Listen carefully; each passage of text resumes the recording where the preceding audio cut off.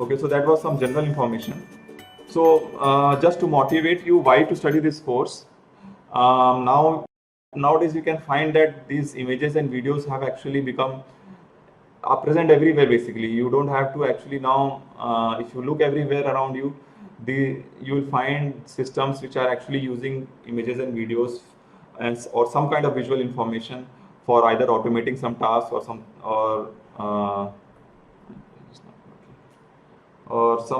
or the other. And these are some few common applications where you will find videos to be very frequently used. So you must have heard a lot about these autonomous vehicles in the recent news, where basically many of the kind of cameras, including normal RGB camera, depth camera, lidar cameras, these are all being used to identify obstacles and people in the road and other vehicles in the road and try to develop a self-driving car and so on. Surveillance has been there for long. Many countries have huge network of video surveillance, and they all record the data and try to do a lot of processing on videos feeds of those surveillance cameras and try to extract a lot of information from them. And this is a very hugely costly, this has a huge industry for that. There are many companies actually working on surveillance and all that. And this factory automation was something which was done, which started from very beginning of the computer vision. Mostly when early days of the computer vision, mostly vision was being used for automation, for doing automating some part of the industry production, like inspecting whether the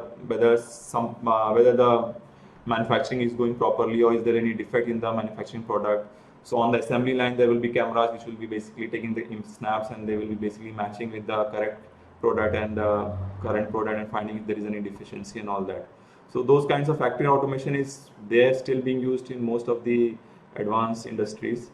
Medical imaging is another very big area, because health is a very important issue, and there are a lot of medical modalities actually rely on image based devices for scanning the body and finding out those things. And there is a lot of work which happens in medical imaging.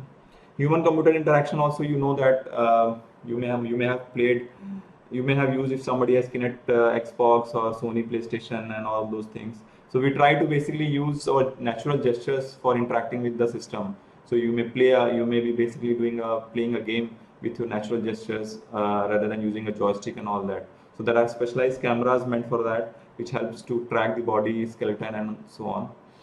And of course, these visual effects in your Hollywood and Bollywood industries and all film industry and all that, we use image processing techniques and vision techniques extensively to basically have good visual effects on the video film and so on.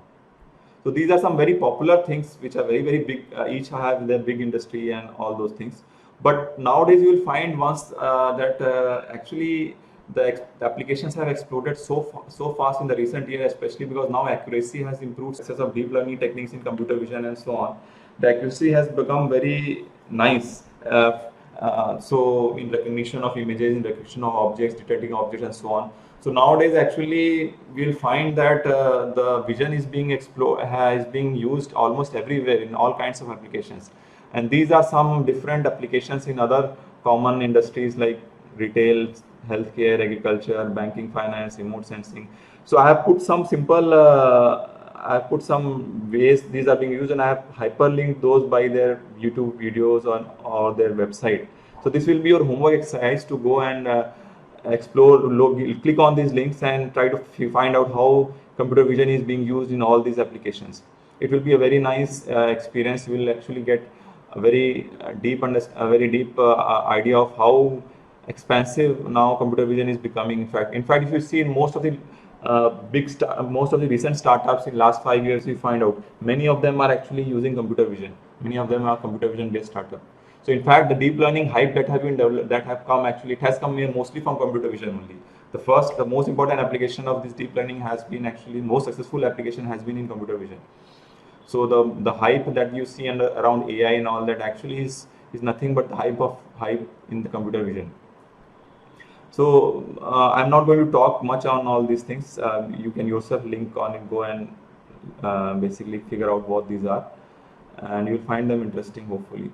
So the third reason which I feel that's very important is basically that this research area is not just a new area that has come in recent 4 5 years, and we don't know how long it will work. So you may spend time studying this area, and after you have graduated and after you have worked in industry for a few years, you may have no more value for this area, because there are many new areas which come and survive for some years and then they just vanish, like bioinformatics and data,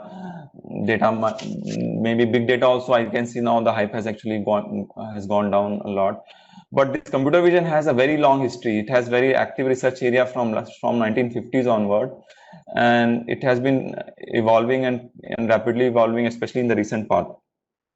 So basically, from the very year when artificial intelligence was first coined, basically people have started work on computer vision. So in 1959, this Wiesel and Weber, basically they were two neurophysiologists who basically discovered who made some experiment using cat's visual cortex, and find out that how human vision is hierarchical. So those basically founded the basic understanding of how those concepts can be incorporated for machine vision also. So in 1960s, basically the first computer vision project was basically attempted in an MIT. In fact, at that time it was thought that it was thought of just as a summer internship project. So that project was given for few summer interns to do that. But of course, everybody knew that later on that found out that this problem is too big. It's not a simple problem to make machines see what humans see. It's not an easy. It's a very big problem. So from there onwards, the research has been developed. It has been going on, and you can see in later on 1970s to 1990s or till 2000, AI was actually cold. That it was a winter period for AI. Not much advancement happened in AI. But during the same time, from 1970s to 2000, computer vision concepts still kept on evolving. Traditional, without using any artificial intelligence, just using basic mathematical understanding, basic mathematical foundations, and those concepts. So many concepts have been actually developed over the years, and these are all part of the traditional computer vision things, which actually doesn't use machine learning at all. And just with this, you can do a lot of things. You can actually use vision and use image and videos to actually do a lot of meaningful things. A lot of automations could be done. So during these years, when machine learning, AI was all dormant or nothing was coming out, traditional computer vision was still evolving, and there was so many. These are different topics which have been. These are different research concepts which have come out. We may be discovering just few of them, not all, because we have very limited time. But yeah, those things are there, have been continuing. But yeah, recently after 2012, when deep learning and machine learning and deep learning started actually made a breakthrough, the advancement has actually taken a huge leap, because the accuracy with the traditional computer vision and the accuracy that we were getting with this deep learning, there was a major shift. So yeah, so this has definitely given a huge boost to this area, and you can find that every year, every month, actually some of the other new techniques is coming out in this area. It's just a very active research area. So even if you want to do higher studies or do research, go for a PhD, you'll find n number of meaningful problems where you can actually work on. And most importantly, if you are not even worried about all this, if you are not so ambitious, but still you'll find it interesting, because you can see very immediate real life impact. Unlike you may study compiler or system course or whatever, till you actually to apply them, till you get an opportunity to apply them in a real life, unless you develop your own OS or customize your own OS or develop your own compiler for that. Till that time, you don't get a feel of the things. But here, you can take any problem that you are seeing around yourself and find out how you can use visual information in that, and basically try to automate it. So you can. So that is in fact the course outcome that I am expecting by the end of this semester.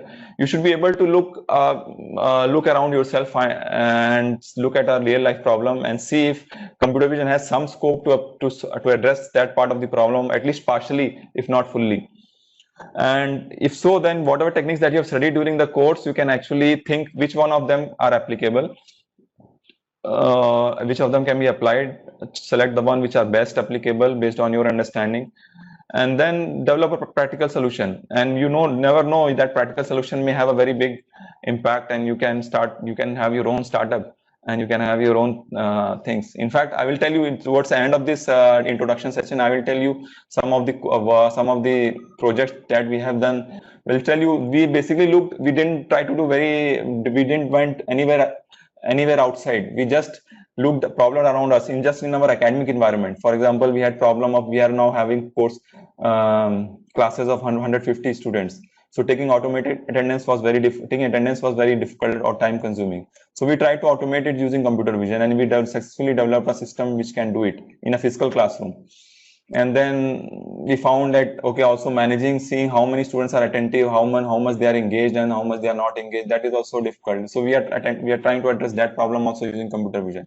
Try to basically develop a solution by which we can proactively detect if there is some abnormal activity happening in the ATM using cameras installed there, and try to. So I will show some demo also, if time permits. We'll show some demo of those products that we have tried to come up. And also we develop, so also when we are having your answer scripts, we have tried to feeding the answer scripts and doing course outcome analysis and feedback forms that you fill at the end. All is generally manually done.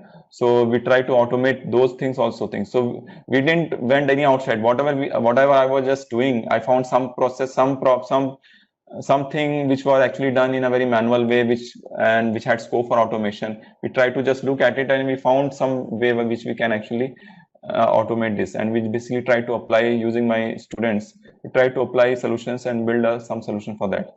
And at the end of the course, at the end of this, not today, but maybe tomorrow, day after tomorrow, we'll show some demo of those projects that we have done. So let us come to now understanding what is computer vision, and what will be the structure of this course, what topics we will cover. So computer vision is a very broad definition I have written. There are many definitions all over the net. There is no single definition. Basically, computer vision is all about automating or providing a computing framework by which we can make machines or computers see the way humans do. The way humans can see a natural scene around themselves, try to understand where are the objects, how far they are, whether they are moving, stationary, and all those. Can a machine also do those same things? So these are some difficult images which I've shown here. For example, if you walk in a room and you see a table with all these objects lying around there, and you may want to find a glue stick there, or a book lying here, or a speaker lying here, or a bottle lying here. It's very easy for a human to do that, even though there is so much clutter, there is so much, it's totally disorganized thing, but we can very easily do it. But this is a very difficult problem for a machine to do it. If you want to develop a robot and which can go and pick things from here, how can he actually identify these things? And even more, how can he understand because every picture has a story behind it. We say every picture is worth thousands of words. So you can in fact write a whole story. Just if you give this image to you can write a whole essay on this, how this image would have come around. And our human vision, along with our human vision, our human brain works in tandem. Human brain actually builds a story based on our past experience, based on our things. We can actually correlate everything with this image, and we can develop a whole story. We can extract some meaning out of that image. But can machine do that thing? That's a very difficult thing. Similarly, here this image of a heavy traffic road where there are many cars, pedestrian moving, and there are zebra crossing, there are buildings and all that, there are traffic lights. So can a machine understand all these signals, all these objects and their positions? And if you are developing an autonomous vehicle, can basically navigate, find our plan? Can a vehicle navigate its path? Of course, a difficult task to get machines do all these things. So we started, the people started from very basic, where if you can just capture an image and store it in a digital format, that was a very great achievement. But from there, people have actually evolved, the concepts have evolved a long way. Now we are able to do many things. For example, you can see this is an automated detection through a machine level algorithm or computer vision algorithm, where we can detect and identify what type of an object it is. and including a handbag, which is a very small object here, and red traffic light, and whether it is red or not. So this can be done. So this till this level, we have computer vision has come, and still there is a long way to go, and we'll talk about that later on. As I said, there are generally this course or this contents, there is a confusion between image processing and computer vision. The boundary is bit vague. So image processing, but we can clearly say that image processing is a foundation over which computer vision is built. So image processing, basically we take an image and just process it using some quantitatively or mathematical procedure. And usually it was some low level techniques like removing some noise, so that if a noise is corrupted or an image has been blurred, try to enhance it, or detect some low level informations like edges around the objects and so on.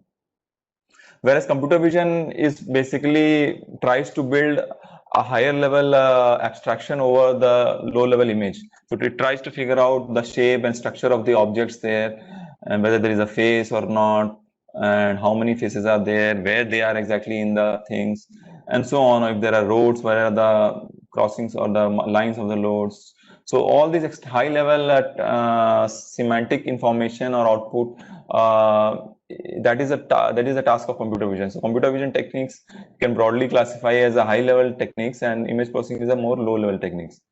And image processing is a foundation over which computer vision is built. And if you look into the Wikipedia page of vision, you'll find that it is not just two areas. In fact, computer vision is a very broad, very multidisciplinary area, where all the concepts from all different areas of computer science and biology and imaging and electronics and signal processing, all these actually come and play and interplay.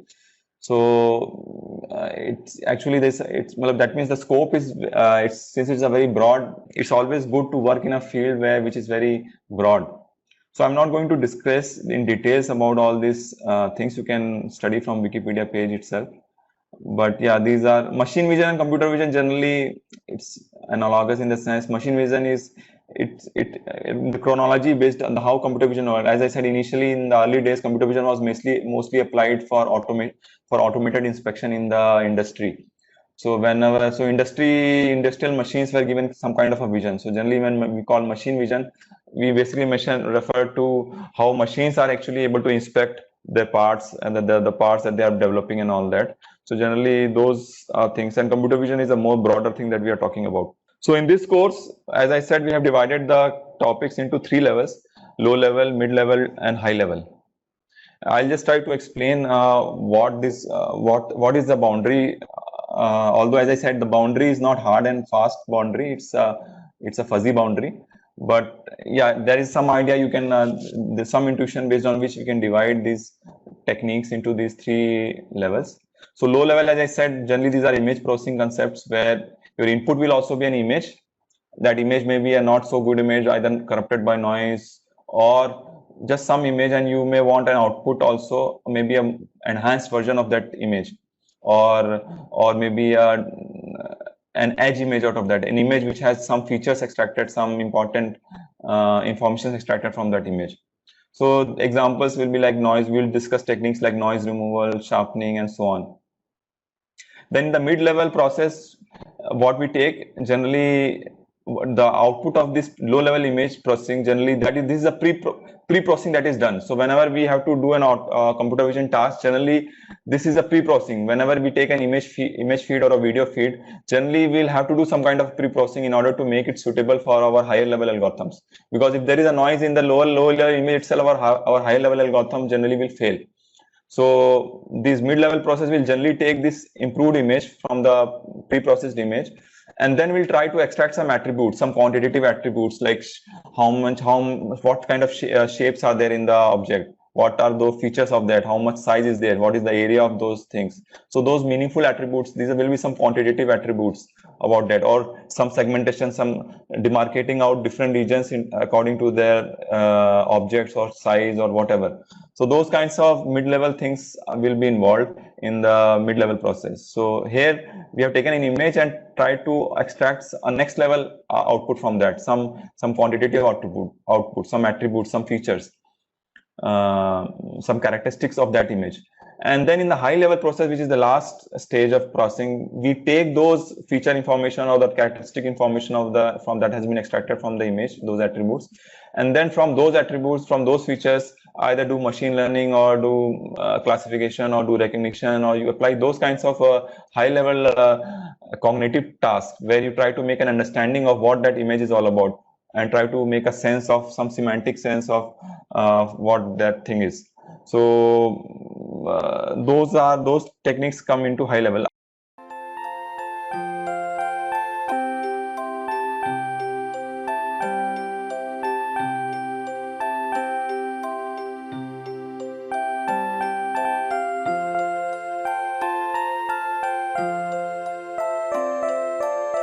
I will now go through different techniques that we are going to discuss in this course under these 3 parts. So I'm not going to, again, and this is the first lecture, so I'm not going to bog down you with the methodology and details, just a feel of what those things we are going to discuss.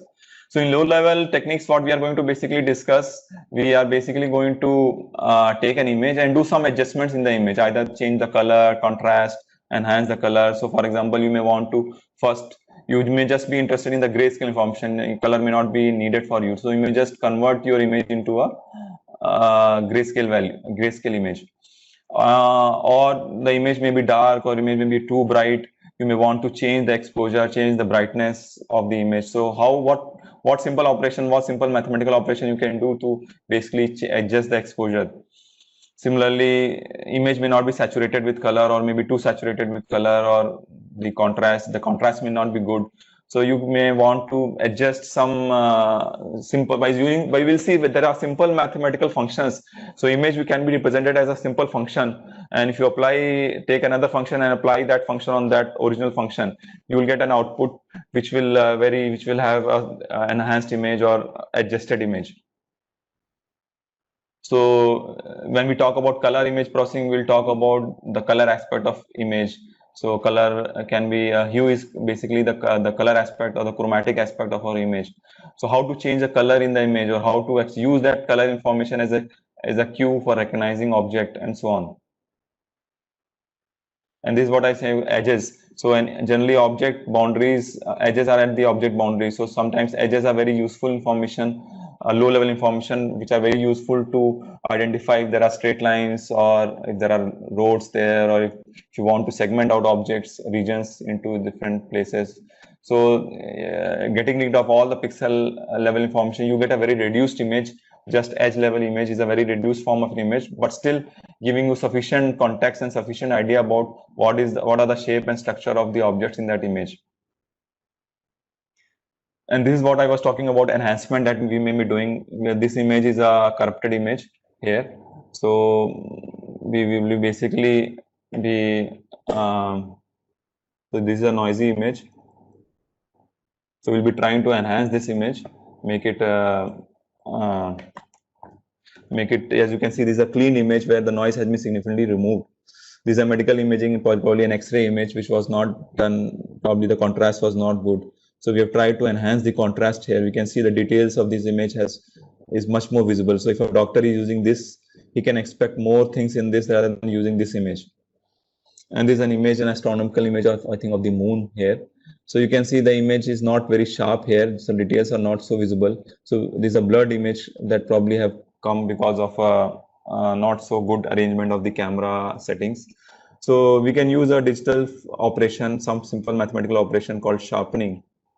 We'll talk about that in our first part, how to do image sharpening. So we can get a sharpened image where the edges and the details are much more visible. So here we will basically talk about smoothing operations and noise removal operations. And here we will talk about contrast enhancement, contrast improvement operations. So these different types of techniques that we'll discuss in our first part of the course. And again, color is also considered generally a low level information. And color is, as you can see, is it gives much more information than a grayscale image. So here, same 2 images. One is just a black and white image, or you can see, and this is a color image of the same scene. you can see, you can make out much more. For example, here the rabbit is not so very easily visible here also, but here because the contrast of this object, the color of the rabbit with the grass is so distinct that the object is clearly visible for us. So not only for us, for even for machine algorithm also this will happen. So color will be very useful tool for information for segmenting out objects or for matching objects. So if you use Google search for images, and generally along with the keywords that it searches, it also uses the color for retrieving objects, for retrieving similar images. So it will try to match the color and other things of the similar image, and try along with of course it uses keywords and tags that you are assigned for that. But color is also used as an important cue to basically retrieve some meaningful information. So in mid-level vision techniques, we are going to discuss topics like morphological processing, model fitting, segmentation, object detection, which are moving object detection, tracking them, and stitching them, all those things. So just give some sampling of that. For example, morphological processing is again a mathematical simple set-based operation like union, intersection, all those kinds of things. So we used images, we represent images as sets and do simple set operations. And through that, we can do a lot of post-processing. So for example, this is a fingerprint image, which has some noisy regions which have been segmented out. And even the finger ridges, you can see there are holes. I don't know, I can expand it. Okay. There are holes you can see within that. So before you can actually recognize this fingerprint, you have to get rid of these noisy, segmented out, these noisy pixels and fill up these holes. So we'll see using a sequence of morphological operations, we'll be able to get much more nice fingerprint image, which will be enhanced image or removed of all these things. And we can extract features also, the size and the length of these ridges and all those. So they can be used for classification or for recognition of the fingerprint later on. And model fitting is another mid-level task that we sometimes do. So once we have extracted, so for example, this answer script that we use for our mid-sem exams and all that. So generally after we evaluate, we put marks there and all that. So this we try to automate, taken an image of this. I wanted to automate it for what question, how many marks have been come. Can I automatically read this using a simple algorithm? So first to do this, we have to extract this table. To extract this table, we have to identify these straight lines in horizontal and vertical straight lines. So how to extract them? It's not an easy thing. It looks easy, but we have to do edge detection, and then we have to fit a straight line model over this, and then basically extract this. So not only straight lines are very useful for roads, buildings, structures, and all that. But circles, for example, if you are segmenting out points, or even an arbitrary shape, for example, a model of a car and all that. So how can we fit these kinds of models on different classes? So that will be another topic that we'll discuss in this course during our second part of the course. And then we'll discuss some general feature extraction. So during 2000, when machine learning was not so much popular in computer vision, people were trying to recognize objects or align images or match objects, match things using simple features. So features were basically some distinct key points in the images which are unique in an image. So for example, this is an image taken from of a wide scene from 3 different viewpoints, probably slightly displaced camera location. So this is the leftmost image, this is the middle image, and this is the rightmost image, but they are all viewing the same scene or different part of the scene, and some part may be overlapping. As you can see, this part probably is common here in this part, and similarly this part is common here in this these two things. So now if you have to stitch them into a single, so you may have seen panorama, 360 panorama of a scene. How do they make that? Because generally camera don't have such wide angle lens to capture the entire scene. So how they do that? So the way they do is basically they first try to match. First they try to identify some unique key points, features which are there in all these images, and then they try to match. Okay, this top of the mountain here, this top of the mountain, probably they are the same feature point. So there should be some mechanism to match them. And once you match them, then you can know how to basically combine them or stitch them. And you may be able to stitch them. This is called panorama stitching, and that is how you generate a 360-degree panorama or maybe a wide angle panorama of the scene. And then you basically get rid of these borders that are being there. and you will get a full, very huge, large size image where you have the entire big screen with a very high resolution image. So those, what is the technology, what is the techniques which makes it happen? We are going to really discuss in this course exactly how those things are happening. What are the feature selection, what are the feature detection algorithm, how are the feature selection algorithm, how do they match, how do they describe those features, and so on. And segmentation, as I said, segmentation is sometimes it is treated as a high level task, but also sometimes it is treated as a mid level task, depending on what kind of technique you apply. If you apply a machine learning technique for segmentation, generally it will come as a high level task. But before machine learning, as I came, there were many traditional computer vision techniques that were developed for segmentation operation, for segmenting out an image. So this is an image here. Different parts of the image has been, different regions of the image have been segmented out, and they have been assign a unique color, probably which average color of that segment or that region. So you can see this image has been very nicely segmented out into different regions automatically without any manual intervention. So how to do that? Actually, it's not so easy to do that. So what kind of traditional, we'll see both techniques. We'll see both traditional computer vision techniques, simple mathematical based or simple clustering based methods, and then we'll see advanced machine learning or neural network based segmentation, CNN based techniques for doing segmentation, segmenting out images into different regions. And this is another very important concept which is very useful for videos, because in videos objects are moving, they are not stationary, and when we are doing a surveillance task, you may have to want to segment out moving objects and track them over a period of time. So generally a common technique which is called is background subtraction.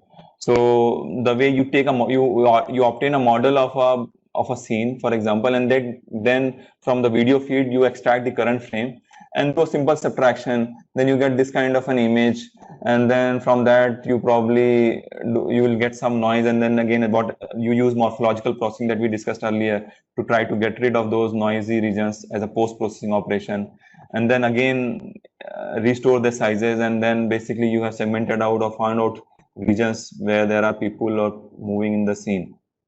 So in this way, you can automatically detect objects, moving objects in the screen, and then use some kind of a temporal information to track their how they are moving, what are the trajectory they are following in the scene. So this is very useful if you are tracking moving vehicles and all that. So I have a video here. I don't have time for playing it here. Probably I'll send you the slide. You can later on click on the video. This is a drone video taken from a camera mounted on a drone. So how now, because now the camera is also not stationary, so it's a very difficult problem, because now camera is also moving, so the background is not stationary. So even when the background is not stationary, still how drone are able to actually detect moving objects and able to track them and to the very precise location, and then follow them for surveillance purpose and so on. So of course we are not going to go into that much detail, as I said, tracking and all that, but we'll just give a basic idea what is the tracking framework, how it is done. We are not going to go into details, because as I said, we have very limited time. We are trying to merge a lot of things in this one course, but we'll stop, as I said, we'll stop at whatever you feel convenient, and we can do a selective study. I have tried to make it self-contained. We come to the high level tasks, and those high level tasks basically involves understanding the semantics. What is all that image about? Whether that object is a car, or is a bus, or is a some kind of an object, or all those things. So these are different type of tasks can be categorized into high level vision, and these are the hardest tasks, mind you, because these are not simple quantitative understanding. You have to understand the semantics involved. So we may not be able to discuss all these high level vision tasks because time is limited, but at least we will be able to discuss as many as possible. We'll see. But yeah, mid-level and low-level vision, almost we will cover everything. But because we are starting from scratch, we may not be able to cover everything in high-level things. So mostly we'll be able to talk about image classification, object recognition, detection, instance segmentation, activity recognition. So just a brief of all what they are basically. So classification involves basically you will be given an image. A simple image classification is you given an image, basically you tell me what this image is all about, whether it belongs to a flower or a particular subcategory of a flower or what. So there may be multiple things inside an image. For example, here you may see there is a scooter, there are people and other things. But what is the prominent object, or what is the prominent category in which you can classify this image into? So this is called image classification task, and it has been solved pretty accurately now with deep learning algorithms. You get a very high degree of accuracy in doing a simple image classification task. So this is probably an output from a CNN convolution neural network architecture, and you can see most of the things it has. The first prediction is the right category of the things. Probably here there is a mismatch. It's a cherry real thing, but it is predicting something else here. But other things are probably either in the top two predictions are the actual prediction of the actual ground truth of the class. Then beyond that, the next higher level task, harder task is, given an image, try to identify all different regions in an image and recognize them, and probably tag that image by those tags. So if you given this natural scenery environment, can you basically automatically generate the tags for this, that there is a water body here, there are mountains here, there is greenery here, there are flowers here. So if you can recognize all different regions, segment those regions, probably this involves some kind of segmentation and then doing a classification task. So if you can do that, then probably image retrieval will be very easy. Whenever you have to retrieve an image from a database, nowadays in social media we take so many videos, so many images every second, and to retrieve images afterwards is very difficult. But if you have this kind of a classification and tagging going on, then retrieving image becomes much more easier and accurate. Next level difficult task is detection, because now you have to do localization. So detection involves localization basically. Not only you have to detect what the objects are there, but where exactly they are localized in the image. So in this example, you can see there are three objects, primary objects. The other category probably are not detected for some purpose, but at least three primary objects are detected here, and you can see a bounding box around those objects. So this is what we are saying, we are localizing the exact location of the objects in the image. So this is the next harder task, basically, which is object detection, which we call as object detection. So it is different than just classification or recognition. And the next higher level task is called instance segmentation. Not only you detect, okay, this is also a car, this is also a car. You can say this is also a car and this is also a car. But you say this is car 1, this is car 2, this is car 3. So if you, for example, if you are just doing a segmentation probably, then all these regions which are of similar category, they will all be categorized into single category. But instance segmentation is basically combining segmentation with detection. So you are also detecting objects, and also you are not just drawing a bounding box, but you can see you are also drawing the exact contour of the object. Not just a big bounding box around that object, but exact, you can see the person's exact contour you are segmenting out. So this is the next higher level difficult task, which comes under high level computer vision. Probably till this point we'll be able to definitely discuss in this course. I cannot say definitely, but yeah, we'll try that. Then the next level, more difficult task in computer vision is activity classification, because now you are not just dealing with just one image. Now you will be dealing with a video, which is basically a sequence of image frames, and how objects are actually changing their appearance and doing some action. That is a much harder task, and generally it is called activity classification. So simple exercises like aerobic exercises, if you have to detect, for them little easier methods are available. For example, you can convert those simple activities into a motion template. For example, this raising hands up, we'll discuss this technique. This is called motion history image. So this motion history image can be generated very easily with a very minimal computation, and you will get a template. So if you want to differentiate between these two actions, these two aerobic actions, you can see their image template is totally different. So you can use these templates itself to recognize whether this activity is raising hand or whatever. But general activity recognition is a much harder task, because first of all, the duration of activity is not fixed, and the sequence of activities, there is a temporal information involved there, and all those things, and probably that is out of scope of this course. So that we'll not be discussing. So I don't want to talk about that. The last thing probably we'll stop if at all we get to here. We can talk about pose estimation.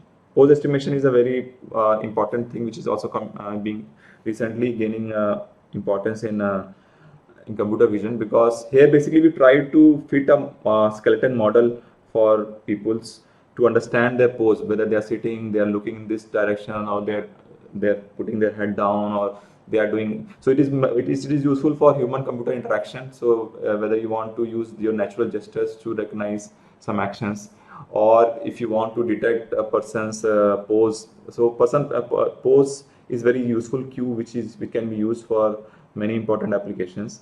It is not a much harder task. Only thing is it takes more time. Computation requirement is more. As far as the theory and the method is considered, using the deep learning approaches that are there, a slight modification to that helps us to achieve this pose estimation. But the training and running time generally requires a GPU to run it in real time. So it has more computation requirement. I don't know, I doubt whether we'll be able to cover this, but yeah, I just wanted to, whatever possible we can cover, I am just putting those things. And there are many other recent few years, there are many other high level tasks that have come up, new tasks that have come that people would not have imagined few years back. Visual question answering, basically, not only from the image generating a description of, so given an image, now generate a whole description of what this scene is all about. So machine can automatically say that there are students, there's some bunch of people playing either baseball, and the person is ready to basically hit the ball. So all those kind of description, automatic description of the scene can come. So scene understanding and all that come, and people are getting very good accuracy in that also. But that is out of scope of this course because that requires some natural language processing also. So definitely that's why I'm not put that slide here. So hopefully these are all the contents of the course, and this as you can see, this itself is a very big content. We can do selective content if time is running short. I will do some selective study rather than covering everything. We'll pick up things which are more important and which are more relevant, and we can go by that way, so that at least for all the three pieces we can cover important applications. So you get a flavor of everything. So I don't want to neglect high level vision, because that is where you start finding meaningful application. So I want to discuss high level things also.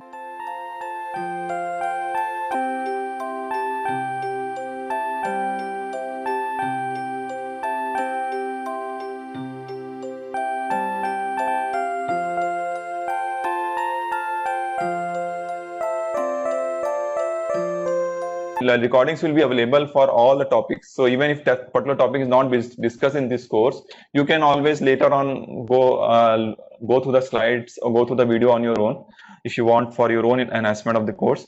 But for the exam perspective, we can keep the syllabus less. That is not a problem. But I will try to make the video lectures and PDF slides for all these topics available on the course website. So there are some questions here. Let me just see. Chat window, let me open the chat window. Minimum PC configuration required to do assignments. I will tell about that when we come to lab part. Generally, PC configuration will not be a problem.